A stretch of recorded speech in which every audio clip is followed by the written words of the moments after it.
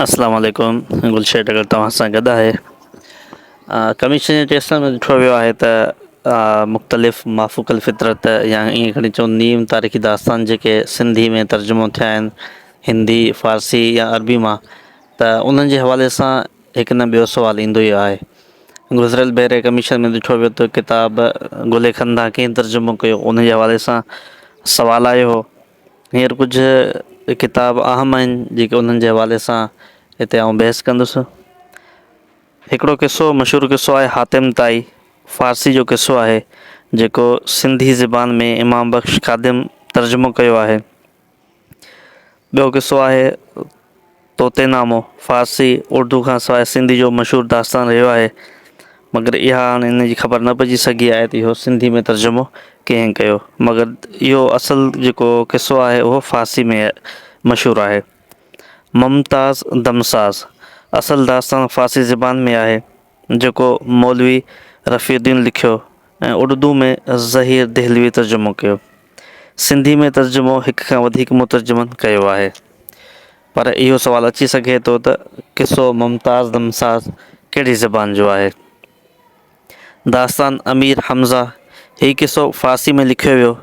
हिन दास्तान जा सिंधी तर्जुमा अहमद ख़ान वलद तगे ख़ान जलबानी, गुल मोहम्मद आज़ाद सूफ़ी ऐं ॿियनि कया। चार दरवेश मशहूरु क़िसो आहे। हिंदी ऐं फ़ारसी में हिन दास्तान खे चार या छार दरवेश जा आसार मिलनि था ऐं हिन खे चयो वेंदो आहे। सिंधी में हिन खे इमाम बख़्श ख़ादिम तर्जुमो 1995 में कयो। अलफ़ लैला, हिन जा सिंधी तर्जुमा अहमद ख़ान वलद तगियो ख़ान जलबानी, इमाम बख़्श ख़ादिम, गुल मोहम्मद आज़ाद सूफ़ी, हाजी हकीर इब्न मंगण ऐं ॿियनि कया। हाणे अहिड़ा किताब जेके आहिनि जिन जा हिक खां वधीक मुतरजुम आहिनि त उहो सुवालु न अचण जे बराबरि हूंदो, अहिड़ो सुवालु हरूभरू कमीशन वारा कोन ॾींदा।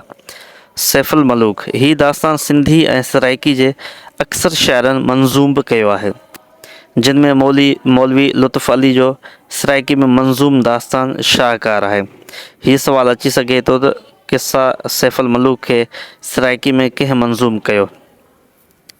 बहराम गौर, हीउ दास्तान असुलु ईरान जे हिकु बादशाह या पहलवान बहराम जे नाले आहे ऐं असुलु फ़ारसी जो आहे। हाणे अहम ॻाल्हि हिन जी इहा आहे त इहो फ़ारसी में आहे। फ़ारसी शाइर हिन खे मंज़ूम कयो। सिंधी में हाजी इमाम बख़्श ख़ादिम तर्जुमो कयो ऐं 1902 में हीउ दास्तान छपियो। गुलशन बहार, हीउ दास्तान मशहूरु शाइर आख़ून फ़क़ीर मोहम्मद आजिज़ उर्दू जे लेखक मोहम्मद बख़्श महजूर जे लिखियलु दास्तान गुलशन नौबहार तां सिंधी में मख़फ़ा ऐं मस्जिद नसर में तर्जुमो कयो। हाणे हिन जी अहम ॻाल्हि जेका आहे त हीउ उर्दू में फ़क़ीर मोहम्मद आजिज़ हिन जो जेको आहे तर्जुमो कयो लिखियो आहे ऐं सिंधी में मोहम्मद बख़्श महजूर हिन जो जेको आहे तर्जुमो कयो आहे। गुल खंदा जंहिंजो ज़िक्र पहिरियां मां करे आयो आहियां त गुज़िरियल भेरे कमीशन में इन जो सुवालु आयो हो। हीउ मक़बूल दास्तान हिन जो मुतरजुम आख़ून लुत्फ़ुल्लाह आहे। हुन हीउ दास्तान रजब अली